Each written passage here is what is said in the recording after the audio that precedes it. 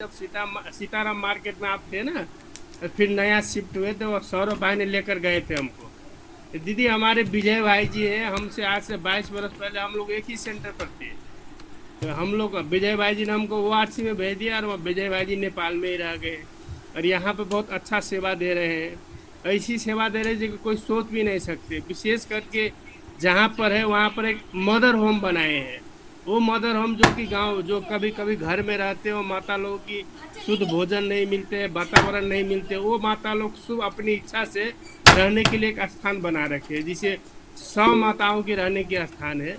तो वहाँ भी सेवा दे रहे हैं। आज शुरू शुरू में तो विजय भाई जी बहुत बिजी थे, स्कूल में पढ़ाते थे, बोर्डिंग पढ़ाते थे, कॉलेज पढ़ाते थे, लेकिन सभी छोड़कर अभी समर्पित होकर सेवा दे रहे हैं।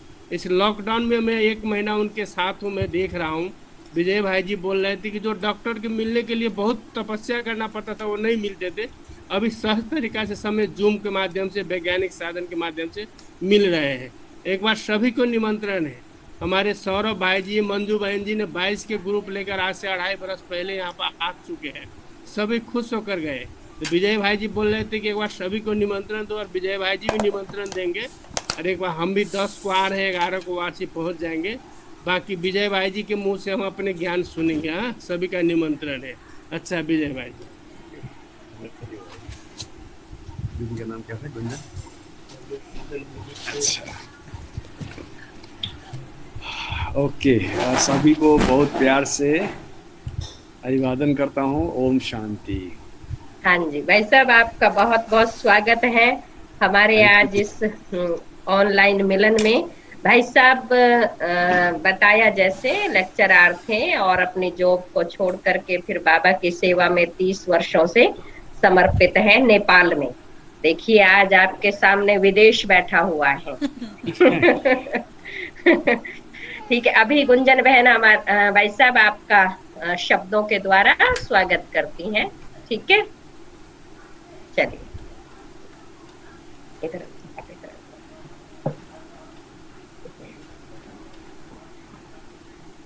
ओम शांति।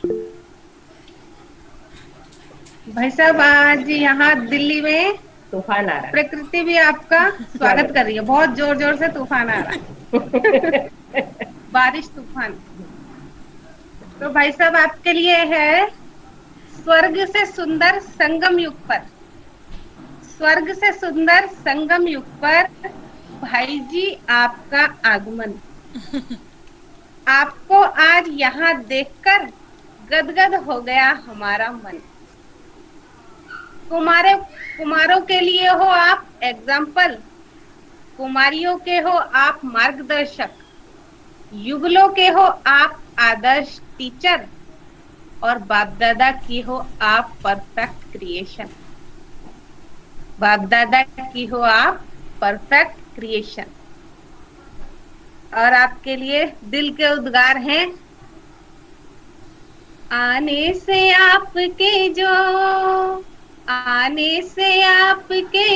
दिल की कली खिली है, आने से आपके जो दिल की कली खिली है, ये दिल ही जानता है कि कितनी खुशी मिली है। ये दिल ही जानता है कि कितनी खुशी मिली है। आने से आपके जो दिल की कली खिली है, आने से आपके जो हम इंतजार में थे, पलके बिछाए बैठे, राहों में आपके हम नजरें भी उठाए बैठे। हम इंतजार में थे, पलके उठाए बैठे, स्वागत में आपके हम नजरें बिछाए बैठे। शिव प्रेमी आत्माओं को नई ताजगी मिली है। ये दिल ही जानता है कि कितनी खुशी मिली है। ये दिल ही जानता है कि कितनी खुशी मिली है। ओम शांति। ओम शांति। ओम शांति। भाई साहब अब आप अपना स्टार्ट कीजिएगा। आप अपना कुछ एक्सपीरियंस भी शेयर कीजिएगा और हमारे भाई बहनों को कुछ अपने अनुभव और कुछ ज्ञान के पॉइंट्स उससे भी आप लाभान्वित करिएगा। धन्यवाद दीदी। आज सभी दिल्ली निवासियों और जितने भी भाई बहनें हैं, माता पिता हैं और आप दीदी हैं जो अभी दिखाई पड़ रहे हैं, गुंजन दीदी, आप बड़े दीदी, सभी को नेपाल की भूमि की तरफ से ये मम्मा के मास में जो तपस्या भी आप लोग कर रहे हैं, अपने बहुत प्यार से याद करके नेपाल में भाई को याद किया। आपको बहुत बहुत शुक्रिया। और बीच में सौरभ भाई निमित्त बन गए, सौरभ भाई के प्रति भी बहुत बहुत नमन करता हूँ। हम कुछ अपना अनुभव भी सुनाएंगे और कुछ ज्ञान बिंदु के विषय में, बाबा के जो ज्ञान के विषय में भी कुछ चर्चा करेंगे। आप भी बीच में कुछ न कुछ विचार रख सकते हैं। Most welcome to all of you. देखिए, अगर चलते हुए पाँव में कोई कांड़ा चुन जाती है, उस पाँव के अंदर में चला जाता है, तो हम नहीं चल पाते हैं। उसमें पीड़ा की फील होती है, पेन फील होती है।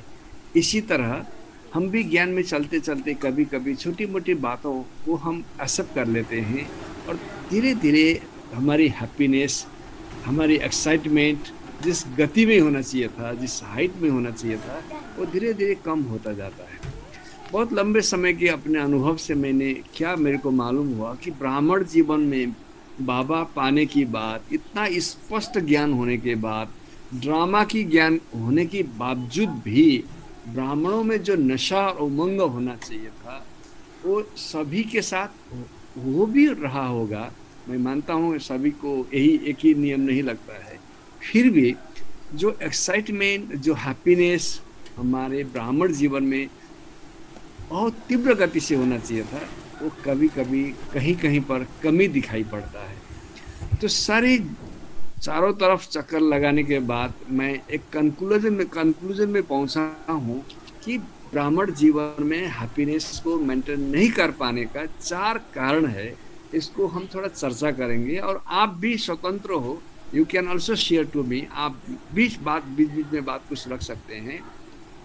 सबसे पहले जब हम स्लोली आर्टिफिशियल इंटेलिजेंसी को ज़्यादा विश्वास करते हैं, तब हम धीरे धीरे हमारी हैप्पीनेस कम हो जाता है। होना चाहिए था इमोशनल इंटेलिजेंस, परंतु इमोशनल होने के बजाय हम लोग आर्टिफिशियल बन जाते हैं। जो अंदर में नहीं है, बाहर हम कह रहे हैं, जो कह रहे हैं वो अपने जीवन में लागू नहीं कर रहे हैं। तो अंदर और बाहर की जितना डिस्टेंस बढ़ता जाएगा, उतना हमारी हैप्पीनेस ऑटोमेटिकली कम हो जाता है। तो मेरा अपना अनुभव है, बाबा के बच्चे बनने के बाद स्पिरिचुअलिटी की गहराई में जाने का अगर जिगर जुनून है, तो हमारी जो कहते हैं ना इमोशनल इंटेलिजेंसी बहुत परफेक्ट होना चाहिए था, परंतु इमोशनल इंटेलिजेंसी के बजाय हम धीरे धीरे आर्टिफिशियल बनते जा रहे हैं। ऐसे ही हम ऐसे बोल देते। अगर कभी कभार लोग पूछते हैं कि भाई आप कैसे हो, बहन कैसे हैं, भरे वो अंदर में कुछ समस्या होती है, तड़प रहते हैं, वो बहुत हैप्पी हो जाते हैं, स्ट्रेसफुल होते हैं, फिर भी जैसे मशीन बोलते रहता है ऐसे कहेंगे सब ठीक है।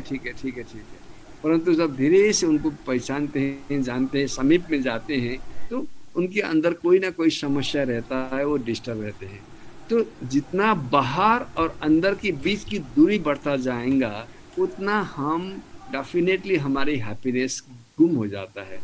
हम खुशी के लिए कर रहे हैं या खुशी होने के लिए कर रहे हैं, either I am doing for happiness और आई एम बीइंग हैप्पीनेस। मैं खुशी होकर कर रहा हूँ या खुशी होने के लिए कर रहा हूँ, ये दोनों के बीच में अगर डिफरेंस हमको मालूम हो जाते हैं। इसीलिए अगर हैप्पीनेस को मेंटेन करना ही है और एक मतलब उसका फ्लेक्सिबिलिटी ज़्यादा ना हो, स्थिर हो, इसके लिए हमारी आर्टिफिशियल इंटेलिजेंसी को कम करना ही पड़ेगा। इसको इंग्लिश में कहते हैं walk to talk, talk to walk. जो कह रहे हो वो ही करो, जो करना है वही कहो। करना और कथनी और करने के बीच में अगर डिफरेंस हो जाता है, तो ये किसी को कहने की बात नहीं है, ऑटोमेटिकली ब्राह्मण जीवन में हैप्पीनेस कम हो जाता है। हम बात बात में अब ज्यादा बुद्धि का प्रयोग करते रहते हैं। बाबा कुछ दिन ही पहले बोला था कि भाई आपके कारण से अगर किसी को दुआएं की फीलिंग होता है तो दुआ देने के बाद आपको भी दुआ मिल जाता है, परंतु दुआएं के बजाय आजकल हम देखते रहते हैं, बाबा के ही भाषा में कहेंगे, दुआएं के जगह ज्यादा धुआं निकलता जा रहा है। छोटी छोटी बातों में हम गुस्सा हो जाते हैं, छोटी छोटी बातों में मूड ऑफ हो जाते हैं, छोटी छोटी बातों में हमारे रिलेशन में ब्रेक डाउन हो जाती है, कम्युनिकेशन गैप हो जाती है। तो ये दुआएं के बजाय हम हमारे अंदर से धुआं निकलता है, तो धुआं निकलना माना हम बरदुआएं से बढ़ते जा रहे हैं, बरदुआएं बढ़ते जा रहे हैं। बरदुआएं जब ज्यादा हो जाएगा दुआ ऑटोमेटिकली कम हो जाता है। दुआएं कम हो और बरदुआएं बढ़ना हो तो इसका मतलब हम इमोशनल इंटेलिजेंसी की बजाय हम आर्टिफिशियल इंटेलिजेंस में विश्वास कर रहे हैं। आर्टिफिशियल इंटेलिजेंसी माना जो आप हैं वो एक्सपोज नहीं कर रहे हैं, जो एक्सपोज कर रहे हैं वो अंदर में आप नहीं हैं। इस बाबा की भाषा में कहें कि आप धारणा युक्त नहीं है। जितना हम धारणा में कमजोर हो जाते हैं, ज्ञान भले जितना भी हो उससे कोई फर्क नहीं पड़ता है। इसलिए मेरा अपना अनुभव है, मैं स्वयं से भी प्रैक्टिस कर रहा हूँ, मेरे को ज़्यादा जानना ज़रूरी नहीं है। बाबा ने कहा जो कुछ भी आपने जाना है, आपके पास समझ है, उसको भी भूल जाओ, बुद्धू बन जाओ। अगर बुद्धू बन जाओगे बाबा के ज्ञान में तो आप धीरे धीरे बुद्ध बन सकते हैं, लड़ बुद्ध बन सकते हैं। बुद्ध बनने के लिए भी आपको एक बार तो बुद्धू बनना ही पड़ेगा। बुद्धू बनने के लिए हमारे पास इमोशनल इंटेलिजेंसी को हमको बढ़ाना होगा। किसी के साथ मिलेंगे, भाई ज़्यादा कुछ नहीं कर पाओगे, थोड़ा मुस्कान दीजिए, प्यार से बोल दीजिए, थोड़ा उसको थोड़ा हाथ टच कर दीजिए, उसका सिर को अगर हो सकता है तो मर्यादा में रहकर उसके बॉडी में हाथ रखकर एक बार पूछ लो कि भाई क्या है, कैसा है। क्योंकि अभी ऐसा महामारी के समय चल रहा है, किसी का भी ठिकाना नहीं होता जा रहा है, उस बीच घटना घटने वाला है। इसीलिए to get happiness we must have to practise to be emotional intelligence. But in fact emotional intelligence के बजाय हम धीरे धीरे आर्टिफिशियल इंटेलिजेंसी होते जा रहे हैं। कुछ समय पहले अगर कुछ हो जाता था तो हम लोग शिवाजी की याद करते थे। अभी के जनरेशन को देखो, शिवाजी के बजाय हम लोग 3G 4G 5G के चक्कर में पड़ गए हैं। तो अब हम धीरे धीरे प्रविधि को, टेक्नोलॉजी को यूज करते जा रहे हैं। बाबा कहते हैं भाई टेक्नोलॉजी था भी नहीं ज़्यादा लंबा समय और बाद में भी होने वाला नहीं है। बीच के समय में थोड़ा अभी जो अंतिम समय चल रहा है, अपने को जितना हो सकता है आर्टिफिशियलनेस को कम करते जाओ, बैक टू नेचर, नेचर की तरफ बढ़ो। जैसा है, जहाँ है, जो काम, जो सेवा आप कर रहे हो मस्ती के साथ करो। नहीं करना था। आप बाबा के ज्ञान में आए, किसी के डर से भी नहीं आए हुए हैं, किसी के कर से भी नहीं आए हुए, अपने हॉबी के साथ आए, अपने रहर के साथ आए, अपने डिजायर के साथ आए हुए। तो बाबा कहते हैं भाई जिसका करते हो बात, जिसका खाते हो भात उसका ही करो बात, नहीं तो समय ऐसा आएगा लगाएगा पीछे से लात। खाते हो बाबा की भात और करते हो दुनिया की बात। तो व्हाट डज इट मीन? इसका क्या मतलब है? ये दिमाग को स्लोली हमको एक कमजोर करता जाएगा। मान लो आपकी कमरे में एक प्लास्टिक में अपने फोहर को कलेक्शन किए हुए हैं, डॉट क्या गंदा गुंदी को हमने पैक करके रखे हुए हैं। जो गंदा होता है, जो डॉटी होती है, जो फोहर होता है, उसको तो आप कोई दरवाजा में सजाएंगे नहीं, कमरे में तो रखेंगे नहीं, उसको तो डस्टबिन में ही जाकर डालना पड़ता है। तो मनी अट्रैक्ट द मनी, ऐसे ही लो एनर्जी अट्रैक्ट होता है लो एनर्जी। अगर आपके मन में गंदा है तो गंदा को ही आकर्षण करता जाएगा, व्यर्थ को ही आकर्षण करता जाएगा। इसीलिए नियम है, मैं आसवंत शर्मा जी को देख रहा हूँ, बहुत प्यार से मुस्कुरा रहे हैं। आसवंत जी, नियम है, मोस्ट वेलकम। नियम है जितना हो सकता है, हम किसी के लिए आए नहीं थे, हम अपनी ही चॉइस से बाबा को जानबूझकर समझकर अपना दोस्त बनाए थे। तो उस दोस्त को जितना हो सकता है हम उसको भरपूर यूज करें। हो सकता है मेरी लैंग्वेज में थोड़ा नीचे ऊपर होगा, मेरी सेंस को, मेरी भाव को समझ लेना, शब्दों के पीछे नहीं जाना। मैंने एक ही बात देखा कि ज्ञान में आने के बाद वही सच्चा ब्राह्मण है जिसको इमोशनल इंटेलिजेंसी वो बढ़ाता जाएगा, उसको पकड़ता जाएगा, उसके पीछे भागता जाएगा। परफेक्ट ब्राह्मण, परफेक्ट डिवाइन सोर्स। नंबर 2, देखिए हम slowly and gradually physical immune system को तो हम पावरफुल करते जा रहे हैं, जिम जाते हैं, एक्सरसाइज करते हैं, वॉकिंग करते हैं, इट्स गुड, मैं नहीं कहूँगा कि नहीं करो, मोस्ट वेलकम। परंतु समय को देखते हुए Ashwan ji, not only the physical immune system, अभी हमको ज़्यादा से ज़्यादा स्पिरिचुअल इम्यून सिस्टम को स्ट्रॉन्ग करना है। अगर स्पिरिचुअली हम अंदर से स्ट्रॉन्ग नहीं हैं तो कोई भी समय में कोई भी घटना हो सकता। अभी देखो महामारी के समय, कोविड के समय में जितना लोग कोविड के कारण से मर रहे हैं, इससे 1000 गुना लोग डर के कारण से मर रहे हैं। डर आदमी को बहुत जल्दी खा लेता है। इसीलिए अगर आपको डर को जीतना है तो स्पिरिचुअली इम्यून सिस्टम को इतना हम स्ट्रॉन्ग करें, इतना अपने में मस्त हो जाएं।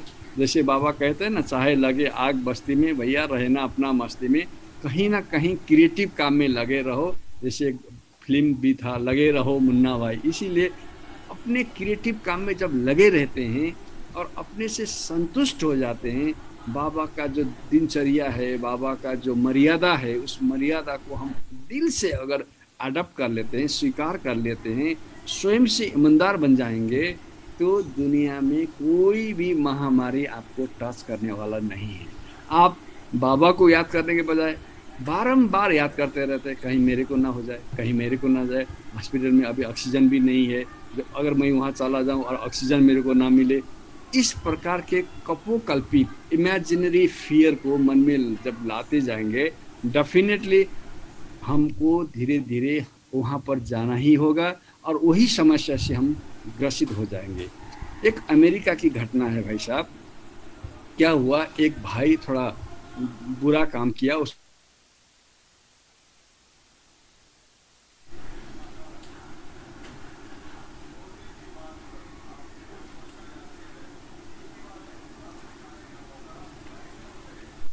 प्रेशर देकर प्रेशर में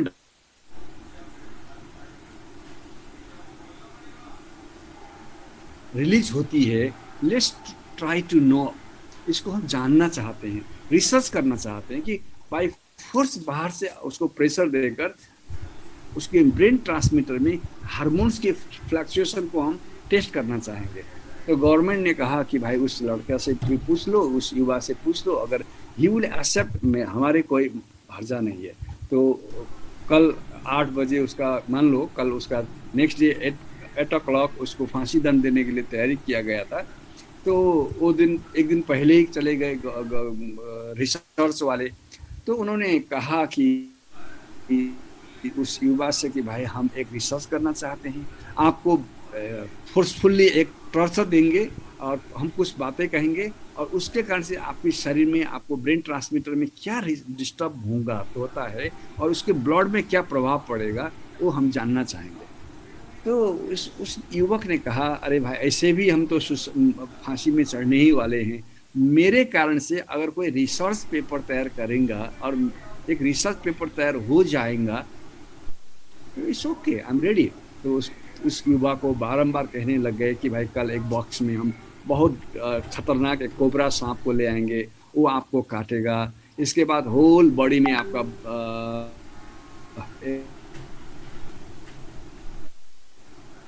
ब्लैकनेस डेवलप होगा, उस ब्लैक ब्लड को निकालकर हम रिसर्च करेंगे और आपका नाम भी उस रिसर्च पेपर में रखेंगे, उसको कहा गया था। तो जैसे ही उसको ले गए और टाइम हो गया था 7:45, तो बार बार वही याद करने शुरू कर दिया कि भाई आप एक बॉक्स लाएंगे, वो मेरे को नज़दीक में लाएंगे और वो मेरे को डसेगा, उसके बाद शरीर में किसी एक प्रकार की हार्मोन्स डिस्टर्बेंसेस होगा, होल बॉडी में हुआ ब्लड पूरा ब्लैक हो जाएगा। इस प्रकार से वो बार बार विजुलाइज करता रहा। तो जैसे ही उसको ले गए, एक बॉक्स एक वहाँ पर अभिनय किया गया, एक बॉक्स उसको हिलाकर सुनाने शुरू कर दिया। तो अब इसका गेम स्टार्ट हो गया कि भाई अब तो सांप आ गया होगा, अब वो मेरे को डसाएंगे। तो वो रिसर्च करने वाले 2 पिन लेकर गए हुए थे, तो उस युवक के दो उंगली को उठाकर दो पिन यहाँ पर लगा दिया लोगों ने। तो 10 सेकंड के बाद ही गॉट डेथ, वो उसका मृत्यु हो गया। मृत्यु होते ही उसका होल बॉडी में उन्होंने उसको क्या कहेंगे टेस्ट किया, ब्लड निकाला, टेस्ट किया, तो blood was change into the, उसका ब्लड में एक प्रकार की पॉइजन डेवलप हो चुका था। इसको कहते हैं साइकोलॉजिकल डेथ। ये होता है, मेरे पास बहुत ही केस स्टडी है, मैंने रिसर्च करके किसी को कलेक्शन कर भी रखा हो। वास्तव में उसको कोबरा सांप ने फूंका नहीं मारा था, उसको पिन ही डाल दिया गया था, परंतु होल बॉडी में उसका ब्लड का ही फ्लक्चुएशन हो गया। क्यों? अश्वंत जी आप बताइए, अगर मेरे भाव को समझ रहे हैं तो व्हाट हैपेंड, यहाँ पर क्या हुआ होगा? ओम शांति भाई जी। ओम शांति जी। ये साइकोलॉजिकली उन्होंने अपने आप को ये समझा कि मुझे रियलिटी में सांप ने काटा है, क्योंकि अभी आप हमारी बात चल रही है इमोशनली, और emotionally is equal to psychologically मैं फिलहाल यहाँ पर कह सकता हूँ कि उन्होंने ये सोचा कि मुझे सांप ने ही काट लिया, वो पूरा उन्होंने फील के अंदर ही अंदर वो बहे अंदर ले लिया कि मुझे सांप ने काटा, और वो जहर अंदर अंदर फैलता। डेफिनेटली इसी तरह अभी कोविड का सांप हमको हर रोज हर सेकेंड डस रहा है। हम बार बार याद कर रहे हैं कि फलाना चला गया, वो भी चला गया, वो इतना यंग था वो भी चला गया, वो इतना हैंडसम था वो भी चला गया।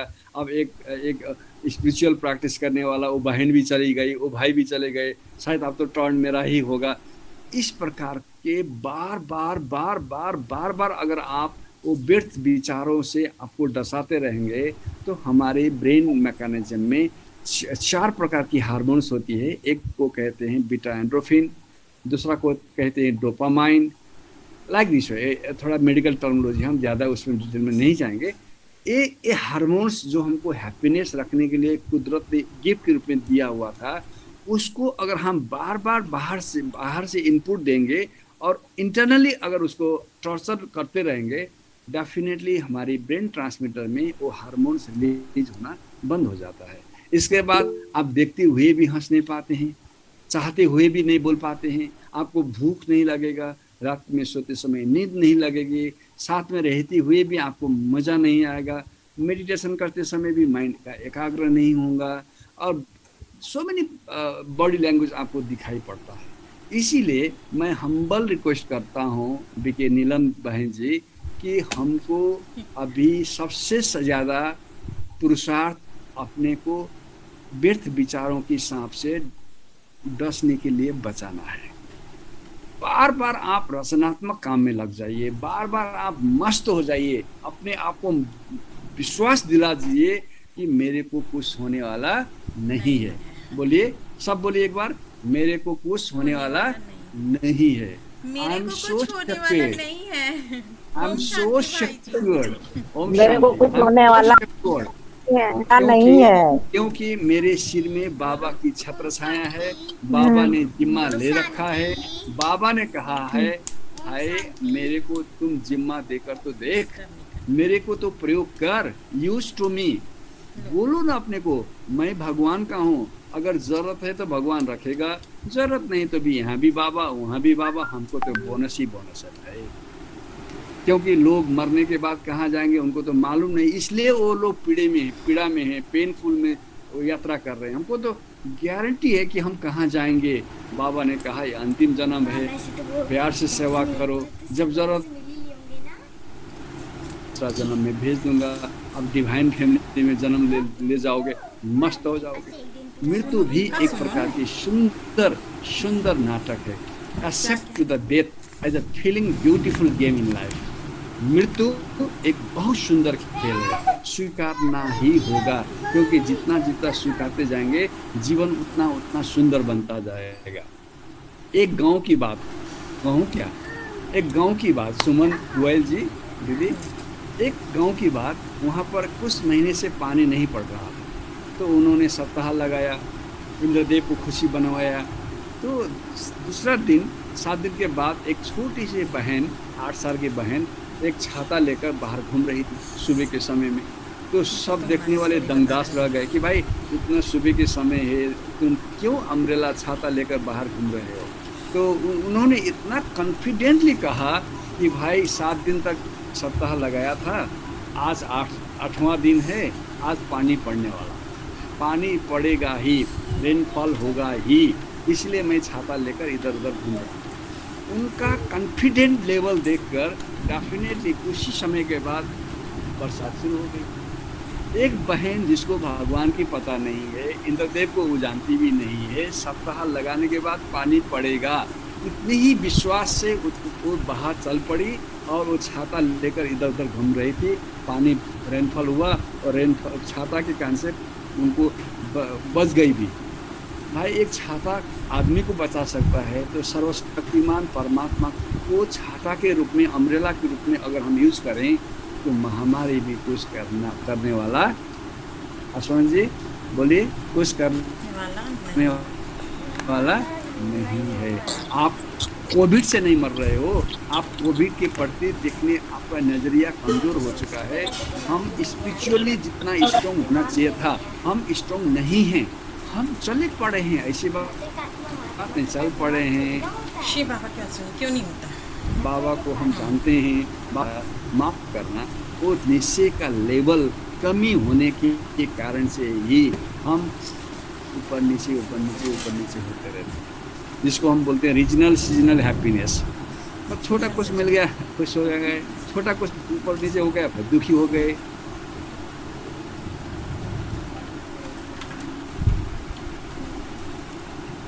हमारी आर्टिफिशियल इंटेलिजेंस ज़्यादा बढ़ता गया, इमोशनल इंटेलिजेंस कमज़ोर होता गया, इसलिए हमारी हैप्पीनेस बिल्कुल कम करता जा रहा है। सेकेंड में क्या बोला Ashwant ji? Physical immune system is going to be better in comparison, spiritual immune system is slowly and gradually strong होना चाहिए था, परंतु एक कमज़ोर होता जा रहा है। हम छोटी छोटी व्यर्थ बातों में हमारा समय जा रहा है। हम छोटे समय, पहले छोटा समय बचता था तो लोग भगवान को याद करते थे, अभी तो गूगल की याद करते हैं, फाइबर को याद करते रहते हैं, सबको याद करते रहेंगे, तो हम डाइवर्ट हो गए। जितना हम डाइवर्ट होंगे उतना हम इंटरनली कमज़ोर होते जाएंगे।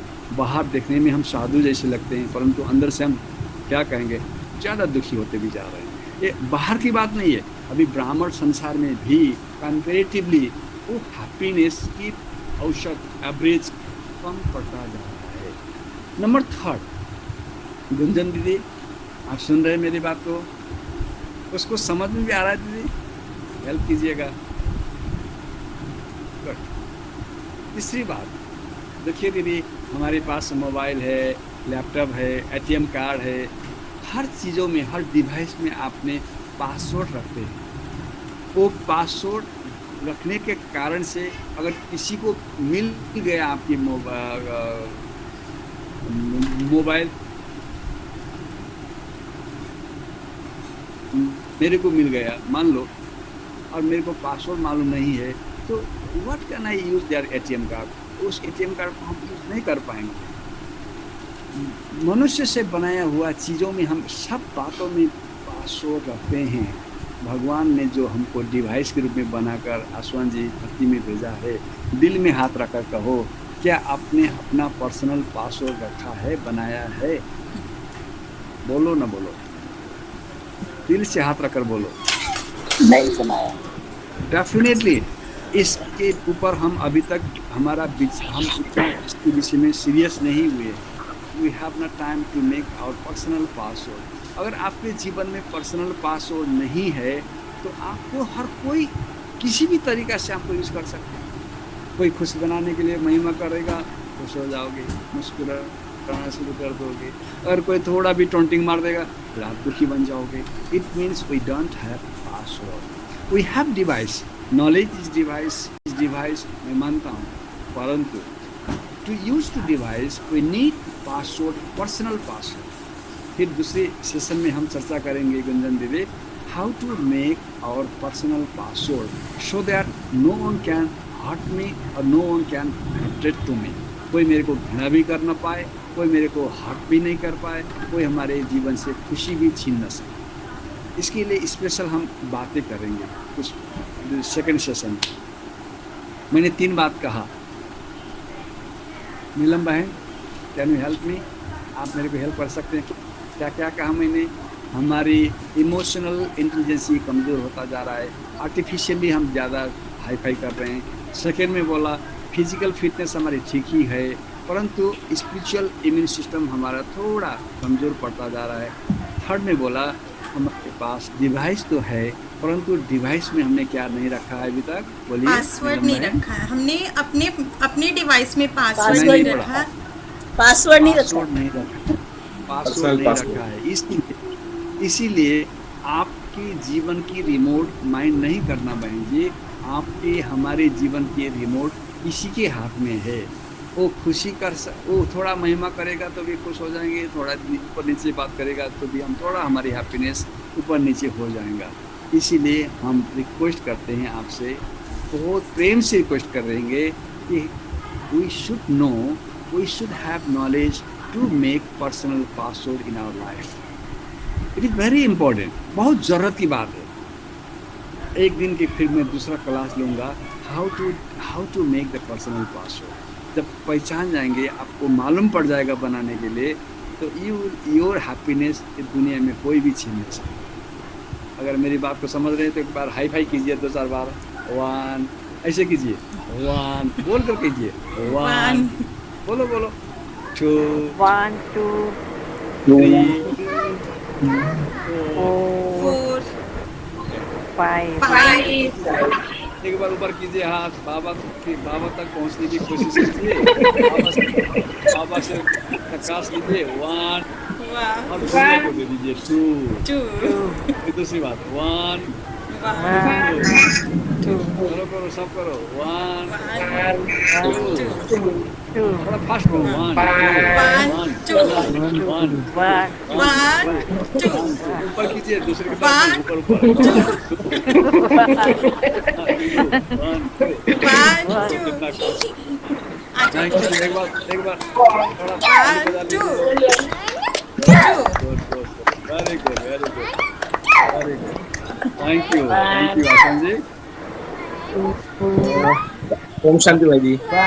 ओम शांति जी। एक रिक्वेस्ट है, जी भैया, रिक्वेस्ट है, लास्ट में आप जरूर योग ट्रेनिंग, वो योगा एक्सरसाइज जरूर कहेंगे जो आपने दिल्ली में आके सौरभ भाई के घर पे कराई थी। वो मैं आज तक कर रहा हूँ, औरों को भी करा रहा हूँ, सब मतलब इतना खुश है कि उनको ये लग रहा है पता नहीं क्या मिल गया। चलो तो फिर अगर देखते यहाँ हैं। पे नए भाई बहन तो प्लीज जरूर कराना। ओहो, आज तो वो उसका थोड़ा उस तरफ मेरा गाड़ी नहीं जा रहा है, थोड़ा देखिएगा फिर बाद कभी में कभी कराना, लेकिन भाई जरूर कराना। करेंगे। Thank you. पुण्यता दीदी, मेरी बात आप समझ रहे होंगे ना? गुड। चलो लास्ट में एक बात करते हैं। मेरे देख रहे हैं, कुछ बोल रहे हैं। ओके, अब लास्ट में एक बात करते हैं। दीदी के पास जाओ, हमें पापा के मालूम पास हो गया कि टू गेट हैप्पीनेस, जीवन में खुशी रहने के लिए बाबा ने कहा meditation is the solution of every problems. हर समस्या की सॉल्यूशन मेडिटेशन है। परंतु ये सॉल्यूशन होने के बजाय आज धीरे से ये स्लोगन ही बन गया है। कितना सुंदर बात मैंने कहा, देखो, meditation is the solution of all sufferings, all problems, but it has been slowly only slogan. अभी हम ब्राह्मण भी कहना जानते हैं कि योग ऐसा करता है, वैसा करता है, ये फायदा होता है, वो फायदा होता है। डेफिनेटली हम दूसरों को वर्णन करते हैं, परंतु बाबा की ही भाषा में कहें, मनन करने के लिए अभी हमारे पास जितना टाइम होना चाहिए था, मनन नहीं कर पा रहे हैं। खाना तो खा रहे हैं, परंतु हजम नहीं कर पाने के कारण से वो खाना ब्लड नहीं बनता जा रहा है। ब्लड बनने के लिए खाना को हजम होना ज़रूरी है। इसी तरह नॉलेज जानना, to get knowledge is not enough. Knowledge को हम अगर प्रैक्टिकल में यूज़ नहीं करेंगे तो वो पावर, स्ट्रेंथ नहीं बन सकता है।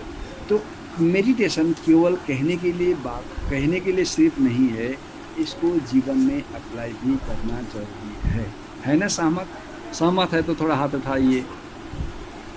मेडिटेशन, ध्यान, योग ये सिर्फ कहने की बात नहीं है। अभी लोग इसको स्लोगन बना दिया। हर कोई भी संघ संस्था में देखो, हर गुरुजी को देखो, थोड़ा थोड़ा भी कोई ब्राह्मण परिवार में जो थोड़ा समझदार समझते हैं, हर कोई कहेंगे मेडिटेशन करना है, ज़रूरत है। अभी की कोविड के बीच में मेडिटेशन की बहुत ज़रूरत है, परंतु धीरे से देखिएगा कहने वाले भी उतना टाइम निकाल कर अभी नहीं कर रहे हैं। हम थोड़ा थोड़ा धीरे धीरे डाइवर्ट हो गए हैं, डिले बन गए हैं, थोड़ा थोड़ा क्या कहेंगे, छोटी छोटी बातों में हम बहानाबाजी, प्रोक्रास्टिनेशन करते रहते हैं और किसी न किसी तरह से हम व्यर्थ बातों में ज़्यादा समय जा रहे हैं। अंतकाल में बाबा ने कहा लंबे समय की अभ्यास ही तुम्हारे जीवन में कवच के काम करेगी। वो केवल कहने की बात नहीं है, अब समय आ चुका है। इससे अंतिम समय क्या हो सकता है? अभी तो दिल्ली में बाहर भी नहीं निकल पाते हैं। बाबा ने कहा खिड़की भी खोल नहीं पाओगे, इतना एयर पोल्यूशन होगा कि पोल्यूशन के कारण से तुम्हारा सारा विनाश की शुरुआत नगड़ा बजेगी। सब कुछ पहुंच तो गया भाई, अब फिर क्या चीज़ के लिए हम वेट कर रहे हैं? क्या बाकी है जो हम वेट कर रहे हैं? इसीलिए यही मेरे लिए शायद अंतिम समय हो सकता है। 20 नाखून की बल लगाकर बाबा ने जो हमारे लिए आशा रखा है, होप रखा है, हम बाबा समान हमको बनना है। मम्मा की मास है, मम्मा की हर दिव्य गुणों को हम जीवन में अप्लाई करें और मेरे को ही एग्जाम्पल बनना है। कोई बने न बने, इसमें मेरा ज़्यादा माथा खराब करना नहीं है। न भी बन सकते, ये उनका ड्रामा है, उनका पार्ट है, परंतु मैं कोई भी हालत में बनकर बाप समान होकर ही रहूँगा।